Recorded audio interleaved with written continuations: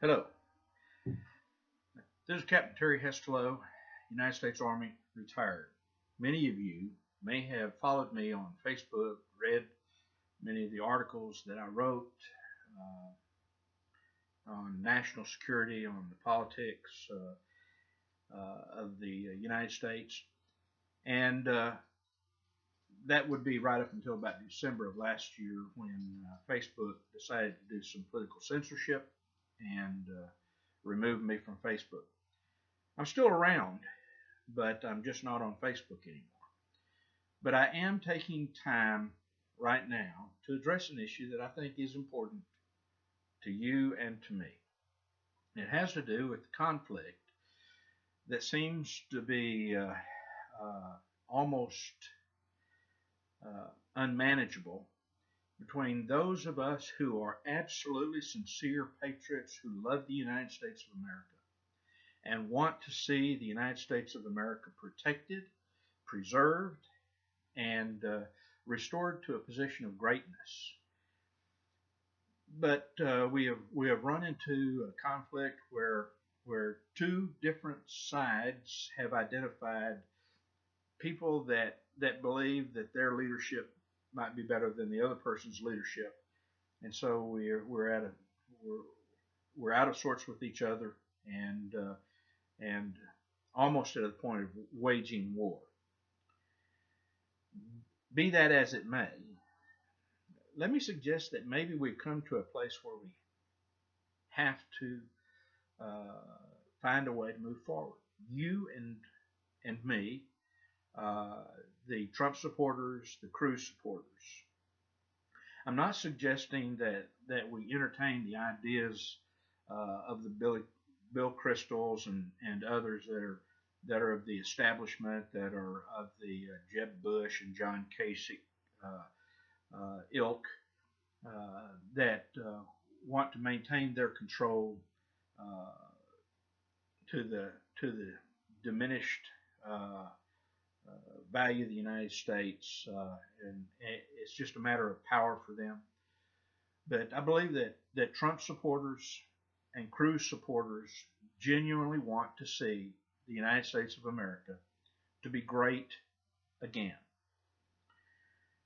In the course of the campaign, there was a lot of language that was used that was unfortunate. And you can call it whatever you want to. Much of it was just absolutely wrong.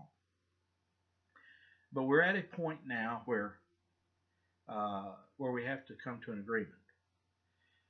A lot of Trump supporters are saying that to fail to vote for Donald Trump, to agree to vote for Donald Trump, is equal to a vote for Hillary Clinton. I believe that's a flawed argument. Let me tell you why Cruz supporters won't be roped into that argument. It's not really a matter of voting for the lesser of two evils. You don't believe that Trump is evil anyway, so that'd be a false argument for you if you are a Trump supporter. If you are a Cruz supporter, it is a matter of integrity. We believe in the Constitution of the United States. And we know that Ted Cruz, certainly we here in Texas, voted for Ted Cruz because he was a man that had demonstrated his dedication to the Constitution. And I won't go over all the things that support an understanding of that, except that he was our Solicitor General. He is the one who defended the Second Amendment before the Supreme Court and other cases as well. We sent him to Washington to fight for Texas, and that's exactly what he did. He didn't lie, but he stood even when it would have been more convenient to knuckle under to the establishment, people like Mitch McConnell. And by the way, you want to know why people like John Boehner and Mitch McConnell and others say they don't like Ted Cruz? They can't work with him? Is because Ted Cruz wouldn't surrender to their will. He called them out. He was the one who was fighting the establishment long before anybody else joined that fight. So there's a reason why he wasn't liked in Washington by the establishment crowd. So if you use that as an argument about Ted Cruz, you're just wrong. So let's come to an agreement. While we who are Cruz supporters question whether or not Donald Trump actually means what he says, we're confused because his background, his history, everything about him. In fact, his waffling back and forth on the important issues in the campaign, we don't really believe that he's any better than Hillary Clinton. But we may be wrong. At least he is saying the right things. We know that the Democratic Party has declared an absolute war on the moral institutions of the United States of America.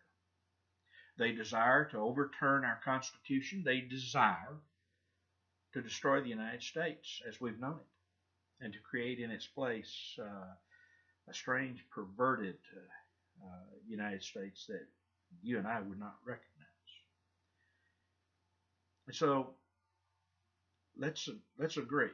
You and I want the same thing, and you believe that Donald Trump is telling the truth, and I believe that there's a way that we can find out if that is true. And it has to do with the most valuable thing that we possess as a nation. It's called the Constitution of the United States of America. What is essential for us today is to understand exactly what Donald Trump will do if he is elected president, with the responsibility of nominating the next justice on the Supreme Court. I believe that you trust him. Because you trust him, I believe that we're going to need to trust him. And if Donald Trump, with his counselors, will identify at least, at a minimum, 4 constitutional conservatives who he promises will be the next 4 nominees to the Supreme Court. Not just conservatives in name only, but individuals who have proved time and again their credentials as originalists. People who would look more like Justice Scalia than anyone else. That if he will give us those individuals, that will move us a tremendous direction forward to being able to support him for president. What's most important to the Constitution is having a Supreme Court that does not believe that it sits above the Constitution, but serves under the Constitution, as each of us do.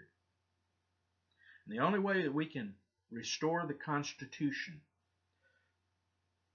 to integrity is to send constitutional conservatives, after the order of Ted Cruz, to the Supreme Court to serve as justices. Now, I know that there will be some resistance to that in the Senate, perhaps, and other places, and among Trump supporters that have fallen into the idea that Ted Cruz is just a liar and can't be trusted. That's wrong.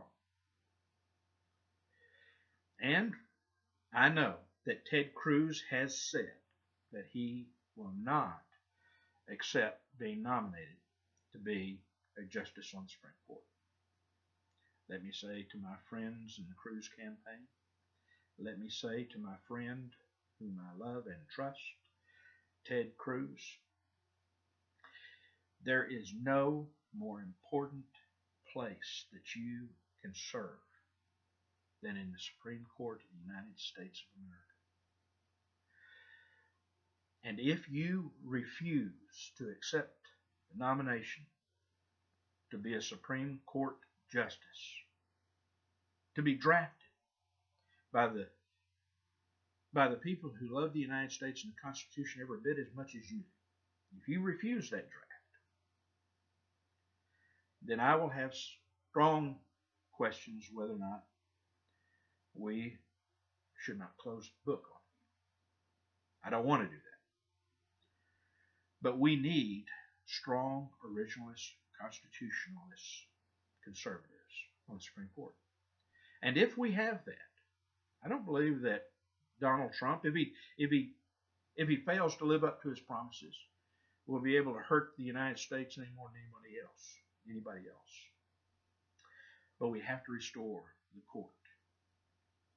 And we have to support the Constitution and defend it against all attacks. So that's the deal.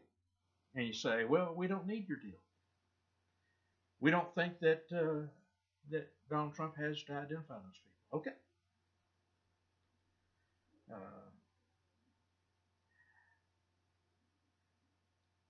But we won't be your whore. If you don't give us something, then there is no reason for us to put our name on that voting document. There's no reason for us to cast our vote for a person that we don't believe and we cannot trust. Give us something, some reason to trust him. Give us some reason to trust you. If you're sincere, and if you are prepared to hold accountable all politicians, then if Donald Trump complies with this request, and that's all it is, and I am making this request as an individual. I'm a retired soldier only. But if Donald Trump will accept the challenge and identify responsible constitutional conservatives that he will nominate faithfully to the Supreme Court, if he does not do that, then you and I both will know that he always was a liar and he never did intend to protect the Constitution. And if that happens, if we elect him president, and if he proves to be unfaithful and unworthy of our trust, I ask you to join me, not the establishment Republicans, not the establishment Democrats. I ask you to join me to stand firm and begin to hold immediately every politician in Washington, D.C. and in state governments, and that we will overthrow the illegal activities of these bureaucrats in the executive, in the judicial, and in the Congress. That we will join together without reservation, without hesitation, to say we will not tolerate liars in office, and to overthrow them, and to return the power to the states. We need to restore our Constitution. If we will not do that, then, my friends, we have already lost our nation. I'll speak more on constitutional issues in other recordings, but I wanted to ask you today to consider. Let's call upon Donald Trump to establish those at least 4 constitutional conservatives that he promises to nominate, and that he will support and fight for in the Senate of the United States, that we might have our Constitution preserved. If they won't do that, they're not worthy of your support or mine. If you want to join together, then let's do it. I think we can move forward. The question is, do you think we can move forward? I'd like to join you if we can just have our Constitution and preserve the court to protect the Constitution. Thank you. This is Captain Terry Hestilow, and I appreciate your listening to this message. Good day.